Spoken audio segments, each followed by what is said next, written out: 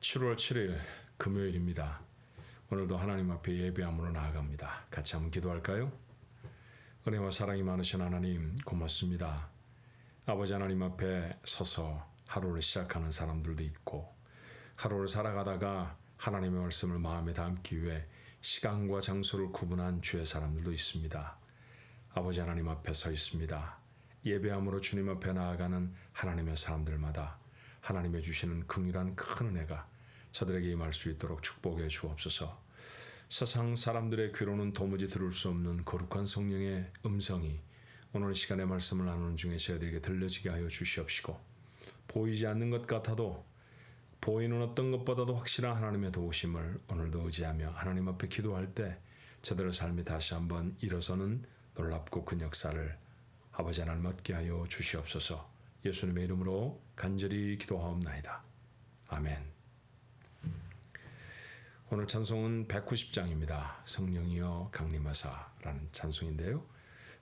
우리 이 예배 중에 걸려져 있는 그런 이 찬양을 쭉 진행해 나가시면서 아침에 너무 조용하면 듣기만 하셔도 좋겠습니다만 작은 소리로라도 한번 같이 불러보면 어떨까요? 시편에 나타난 말대로 하면 읍조리다 뭐 그런 것 되겠죠. 190장 찬송 우리 함께 찬송합니다.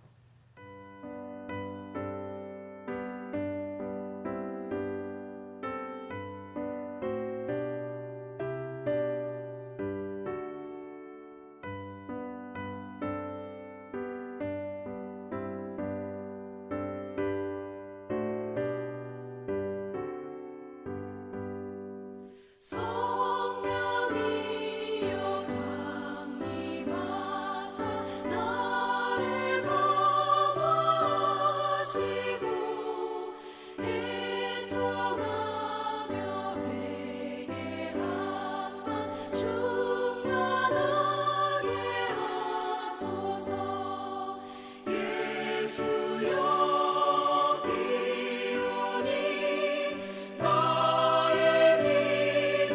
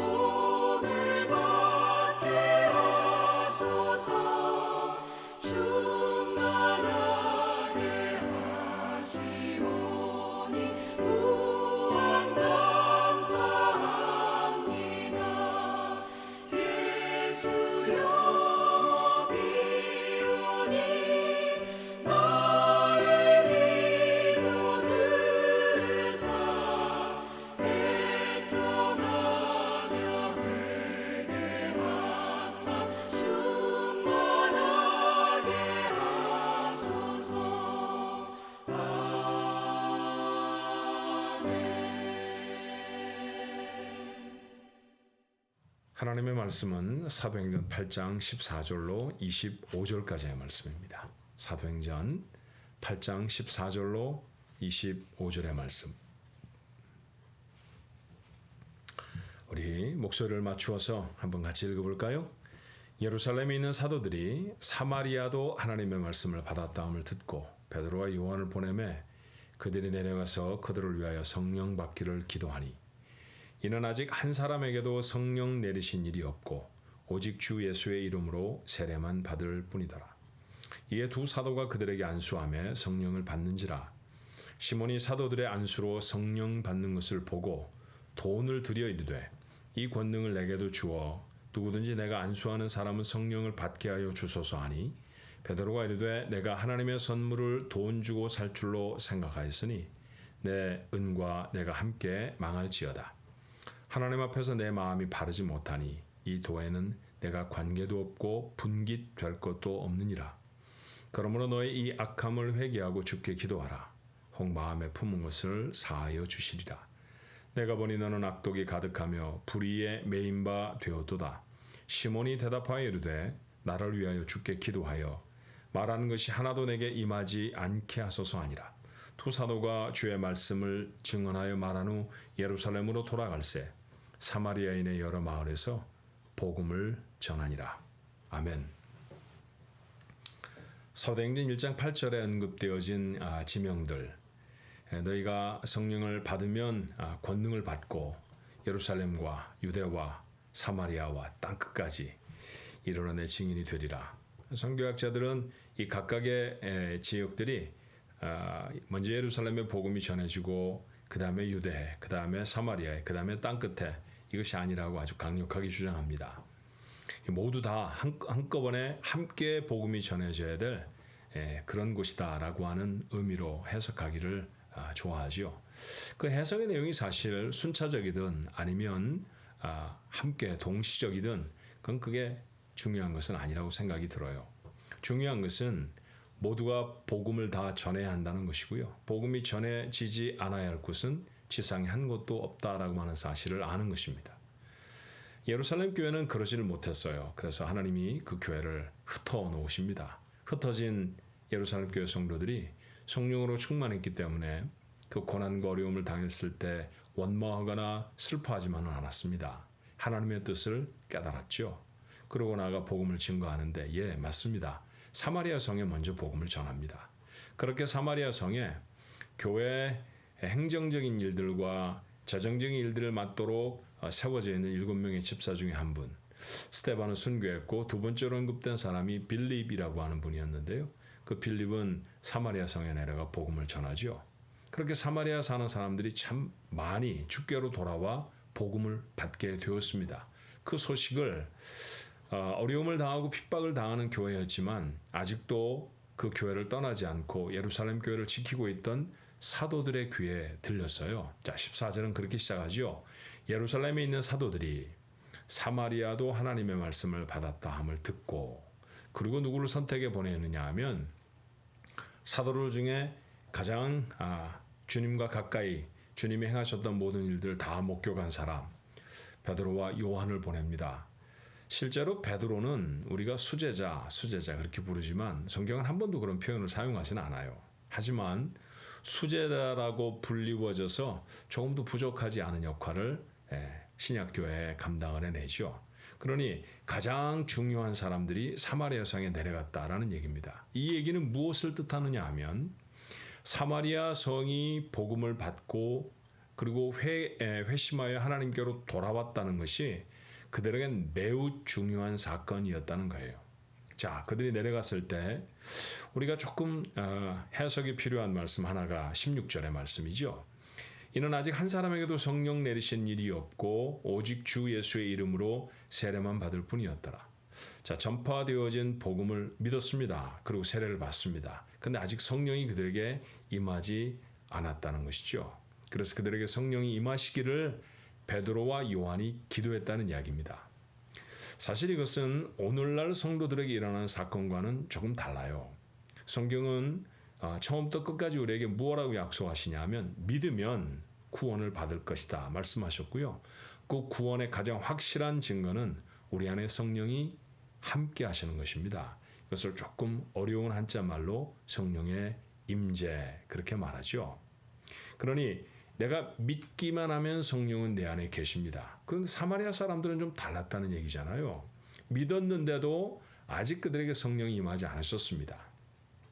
이것은 초대 기독교 공동체에 특별히 하나님께서 하시는 특별한 의미가 있는 특별한 그 이유가 있는 사건들 중에 하나였기 때문에 그렇습니다.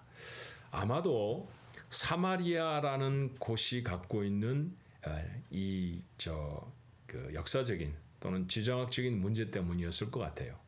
사마리아 사람들은 이스라엘에 속해 있는 북이스라엘에 속해 있는 민족들이었는데 지파들이었는데 그 사람들은 아수르와 혼연을 했기 때문에 일찍 복음을 떠난 사람, 이 정통 유대인의 신앙에서 떠난 사람들이 참 많았죠. 그래서 유대인들 중에는 사마리아 사람들이 그들과 같은 유대인의 피를 받았음에도 불구하고 유대인으로 인정하지 않았습니다. 함께하지 않았죠. 그런데 그 사마리아 성에 복음이 전해졌어요. 오늘 주께서 특별히 땅끝을 언급하시기 전에 사마리아 성을 언급하신 까닭은 사마리아 성이 땅끝처럼 보여지던 땅끝처럼 생각되던 시절이었기 때문일 것입니다. 그들에게 복음이 전해졌는데 그 복음을 전한 사람은 초대교회 집사 빌립이었죠. 조금도 공식적인 확인이 필요하지 않았을까요? 그래서 교회는 베드로와 요한을 파송했고 베드로와 요한이 기도할 때 성령이 그들에게 다시금 새롭게 임합니다.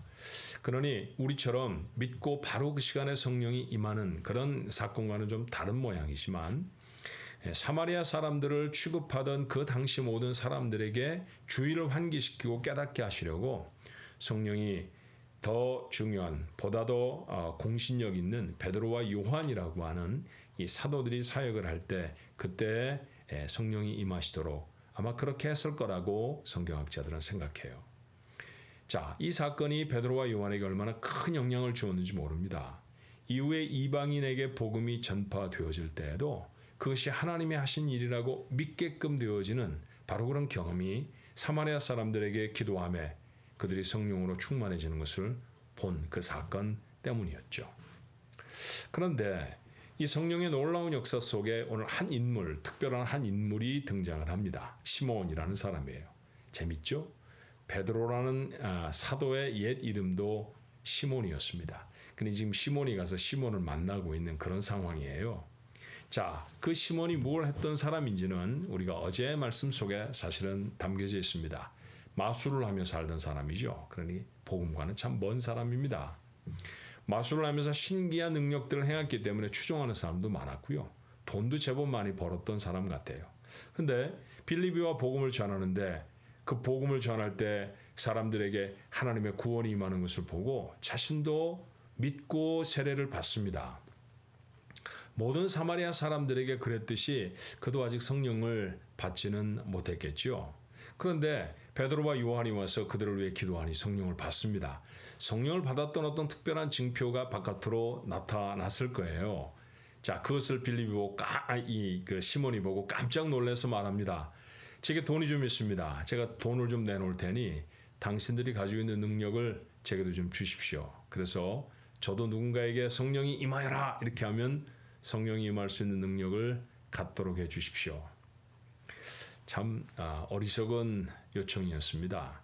베드로의 말처럼 성령은 선물로 값 없이 받는 것입니다. 구원의 증표로 하나님이 우리 안에 내주에 함께 계시는 것이죠. 그런데 그 성령을 자기가 원할 때 자기가 원하는 사람 속에 계시도록 하겠다라는 말은 다시 말하면 성령을 부릴 능력을 달라는 얘기 아닙니까?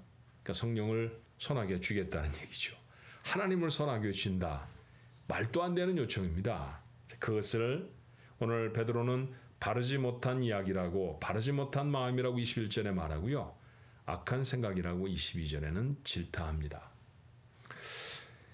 시몬이 벌을 받을 뻔했어요.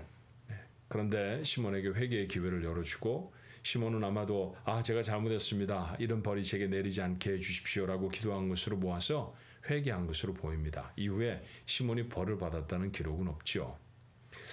우리가 살아가면서 시몬 같은 경우를 경험할 때가 참 많지 않은가 하는 생각이 들어요. 그 대표적인 신앙생활은 기도입니다.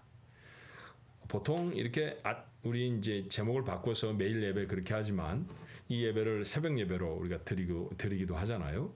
새벽 예배, 옛날엔 새벽 기도회 그랬습니다. 기도가 중심이 되어져 있는 시간이죠. 새벽에 일어나서 성전으로 찾아 나오는 사람들 기도하기 위해 오는 것이죠. 그런데 그 기도가 잘못 사용되어질 수 있다는 사실을 여러분 아세요? 기도는 참 어렵습니다. 잘못 사용될 수 있기 때문이죠. 잘못 사용되는 기도는 절대로 응답받지 못합니다. 성경 속에 응답받지 못하는 두 가지 특징적인 이 기도의 유형을 설명하고 있어요. 첫 번째는 중언부언하는 것입니다. 예수님의 가르치심이었죠.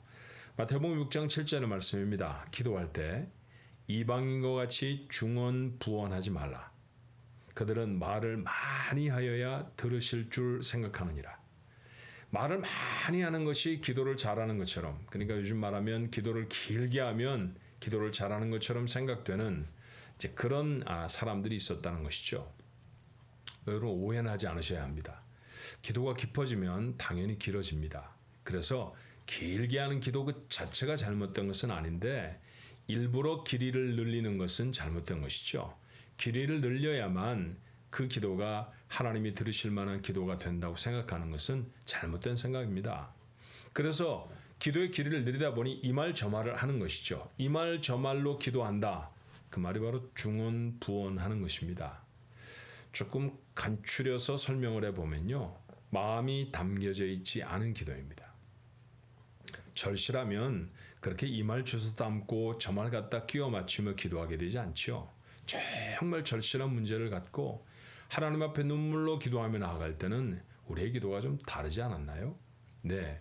그러니 마음이 담겨져 있지 않은 기도 당연히 하나님이 듣지 않으십니다. 그것이 바로 응답받지 못하는 첫 번째 유형의 기도예요. 또 하나는 야고보가 우리에게 가르쳐준 잘못된 기도의 모습입니다. 그것은 잘못 구하는 것이죠. 자, 야고보서 4장 3절의 말씀에 보니 구하여도 받지 못함은 정욕으로 쓰려고 잘못 구하기 때문이라. 욕심으로 구하여서 욕심으로 잘못 구하는 그런 기도는 하나님이 응답하지 않으신다라는 얘기입니다. 곰곰 생각해 봐요. 욕심은 어디까지를 욕심이라고 할까? 누군가에게는 돈의 어마운트로 우리가 생각해 보자고 하면 한 1,000불이 욕심이 될 수도 있고요. 누군가에게는 100만 불이 욕심이 될 수도 있잖아요. 그럼 돈의 액수를 따라서 욕심이 있다, 욕심이 없다. 어떤 사람의 기도는 참 겸허한 기도다. 어떤 사람은 욕심 있는 기도다. 이렇게 말할 수는 없잖아요. 누군가가 대통령이 되길 원하는 것과 누군가가 학급의 반장이 되길 원하는 것의 바람이 과연 대통령이 되려고 하는 것은 욕심이고 반장이 되려고 하는 것은 욕심이 아니다. 이렇게 말할 수 있겠습니까? 이 욕심이라는 것은 어찌 보면 상당히 주관적인 것이죠. 그래서 저는 욕심을 객관화시키려고 하면 이렇게 정의해 보면 어떨까 싶어요. 욕심, 하나님이 원하시지 않는 것을 원하는 것, 그게 욕심 아닐까요? 하나님이 내게 주시려고 하시는 것이 있습니다. 자, 그것이 아니고 다른 것들을 원하는 것, 그게 바로 욕심인 것이죠. 하나님의 뜻과 아무 상관없이 자기 생각이 훨씬 더 강해진, 그러니 하나님의 뜻보다 강한 바람, 그게 바로 잘못된 기도라는 것이죠. 오늘 시몬의 기도가 바로 그런 것입니다. 성령을 제게도 주십시오. 이건 틀린 기도라고 할 수 없죠. 그런데 저도 누군가를 위해 기도할 때 그 사람에게 성령이 임하는 능력을 제가 사고 싶습니다. 이건 잘못된 것입니다. 하나님을 구원의 징표로 누군가에게 구원이 주어지면 그에게 임하시는 하나님을 자기 마음대로 이 사람에게도 저 사람에게도 주고 싶다라는 것은 하나님의 뜻을 넘어서는 잘못된 의도, 잘못된 생각이죠. 그렇다고 하면 우리가 기도할 때 기도의 어떤 목록을 구하느냐보다도 더 중요한 것은 내가 과연 하나님의 뜻을 구하고 있는 것인가 돌아볼 수 있어야 하지 않나요? 하나님은 물론 내게 무엇인가를 이루시기를 뜻하시면서도 기도하도록 요청하십니다. 하나님의 뜻과 맞는 기도를 드릴 때 바로 그것이 우리의 삶에 이루어지는 것이죠.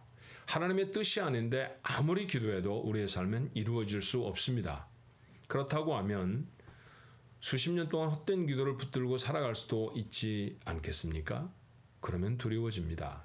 그래서 예수님조차 십자가를 앞에 놓고 하셨던 기도가 무엇이었는지 우리는 기억하지요. 내 뜻대로 마옵시고 아버지의 뜻대로 하옵소서. 그렇습니다. 하나님의 뜻을 기억하는 것. 그것이 기도 중에 있어야 할 가장 중요한 것 아닐까 싶어요. 그러니 기도 중에 빼놓지 않고 우리가 하나님 앞에 기도해야 될 내용 하나가 있다고 하면 하나님의 뜻을 깨우쳐 알게 하옵소서. 하나님의 뜻대로 구하게 하여 주옵소서라고 하는 기도여야 할 것입니다. 인생을 살아가면서 하나님의 뜻과 나의 바람 사이에 간격을 가지며 살아가지요. 자, 기도 중에 우리는 그 간격을 발견할 수 있어야 합니다. 하나님의 뜻인지 내 뜻인지 그것이 합치되어 온 것인지 아니면 분리되어 있는 것인지 아지 못한 채 계속 무엇인가에 묶여서 그것만 구하다가 보면 그는 자신의 인생을 소진하는 그런 행복하지 못한 인생으로 마침하고 말 것입니다. 그러니 하나님의 뜻과 내 뜻과의 간격을 발견하는 것, 그게 정말로 중요한 것이죠. 그리고 만약에 하나님의 뜻이 내 뜻과 다르다고 하면 누구의 뜻을 따라야 하겠습니까? 하나님의 뜻을 따라야죠. 하나님의 뜻을 따라 사는 것이야말로 인생의 복을 이룰 수 있는 지름길인 줄로 믿습니다. 또 한 가지를 더 생각해 본다고 하면 우리가 살아가며 신앙이 성숙되어진다라고 하는 얘기를 다르게 표현해 보면요. 하나님의 뜻과 내 뜻과의 간극이 점점 더 좁혀진다는 것을 의미하는 건 아닐까요? 처음 믿었을 때는 이만한 간격이 있었다고 하면 점점 하나님의 말씀으로 우리의 믿음이 깊어질수록 그 간격이 좁아지는 것이죠. 하나님의 뜻과 내 뜻이 마침내 일치되는 바로 그런 순간의 삶, 이게 바로 온전한 그리스도인의 삶일 것입니다. 우리가 우리의 삶 전체를 들여서 간절히 바라고 소원해야 할 것은 바로 이런 일이죠. 오늘도 우리는 예배를 마치며 하나님 앞에 기도할 것입니다. 여러분의 입술에 참 많은 기도가 있을지라도 중요한 것은 여러분의 뜻이 이루어지는 것보다 하나님의 뜻이 이루어지는 것임을 기억하셔야 합니다. 오늘도 우리 하나님 앞에 기도할 때 하나님의 뜻을 알게 하옵소서. 하나님의 뜻과 제 뜻과의 사이에 있는 간극을 깨닫게 해 주옵소서. 만약에 그 갭이 크다고 하면 하나님의 뜻에 순종할 수 있는 용기를 주옵소서. 하루를 살아가면서 하나님과 저 사이에 있는 그 간격을 점점 더 좁힐 수 있는 믿음의 성숙을 이루게 하여 주옵소서. 하나님의 뜻에 일치된 인생으로 사십시다. 그게 복된 인생이고 하나님 앞에 섰을 때 복받는 인생이 될 줄로 믿습니다. 오늘 예배하는 여러분 모두의 인생이 그런 인생이 되시기를 주님의 이름으로 축원합니다. 기도하십시다. 은혜와 사랑이 많으신 하나님, 아무거나 다 말할 수 있는 게 기도는 아닐 것입니다. 어린아이 같을 때는 그럴 수도 있겠죠. 그리고 하나님이 우리의 삶에 꼭 필요하지 않은 것이라 할지라도 우리가 아지 못하고 구했을 때 기도하면 하나님이 들으신다는 증거로 그런 기도에 응답해 주셨을 적도 있었습니다. 그러나 믿음의 시간들이 좀 지나고 말씀의 깊이를 우리 마음에 더하였다고 하면 우리의 기도가 달라져야 할 것입니다. 우리의 뜻을 이루는 삶이 아니라 하나님의 뜻을 이루는 삶이 되게 해 주옵소서. 결국 내 뜻을 이루겠다고 하나님 앞에 주장하고 있다고 하면 하나님을 부려서라도 내가 원하는 것 이루어야겠다는 얘기에 다름이 아니지 않습니까? 시몬과 무엇이 다릅니까? 하나님 그런 모습으로 하나님 앞에 섰다고 하면 용서하여 주옵시고 이 시간에 아버지 하나님 두려운 마음이지만 한 걸음 물러서서 하나님의 뜻을 이루어 주옵소서. 하나님의 뜻을 이루는 삶이 되어지도록 축복해 주옵소서. 기도할 수 있는 저희가 되게 해 주시옵소서. 세상의 소리들로 우리가 이 땅을 살아가며 판단을 그르치지 않게 되기를 원합니다. 하나님의 말씀을 열어싸우니 오늘도 주께서 저희들에게 하나님의 뜻을 알려주시고 하나님 그 뜻을 행할 수 있는 은혜와 능력이 있게 해 주옵소서. 오늘도 하루를 삽니다. 어제보다는 하나님의 뜻에 더 가까운 인생이 되게 해 주시겠습니까? 그렇게 매일매일 하나님의 뜻에 점점 더 가까이가 마침내 일치를 이룰 수 있는 온전한 그리스도인의 삶, 바로 그것이 저희들 모두의 삶이 되어지도록 하나님 축복해 주시옵소서. 오늘 한 날도 그렇게 하실 하나님의 은혜를 소원하옵고 예수님의 이름으로 간절히 기도하옵나이다. 아멘. 함께 기도할 때 여러분의 삶에 하나님의 뜻을 깨우치는 귀한 지혜를 주옵소서. 그렇게 기도하셨으면 좋겠습니다. 매일매일의 시간이 지나가면서 우리의 삶이 하나님의 뜻에 일치되어지는 그런 성숙된 신앙생활의 삶이 될 수 있게 해주옵소서. 우리 그렇게 한번 기도할까요? 동성으로 기도합니다. 은혜와 사랑이 많으신 아버지 하나님, 오늘도 매일 예배 가운데 주의 말씀을 만나고 아버지 앞에 기도할 수 있게 하셔서 감사합니다. 저희들 모두의 삶에 하나님의 뜻을 깨우치는 은혜를 주옵소서. 하나님의 뜻이 우리의 살아가는 삶에 우리의 마음의 소원과 일치되어지는 그렇게 영적인 성숙을 이루는 저희들 되어지도록 주님 도와 주시옵소서. 오늘도 주신 하루가 그렇게 하나님의 주시는 귀하고 깊이 있는 아버지 하나님 영적 성숙을 이루는 복된 시간이 되어지도록 하나님 인도하여 주시옵소서.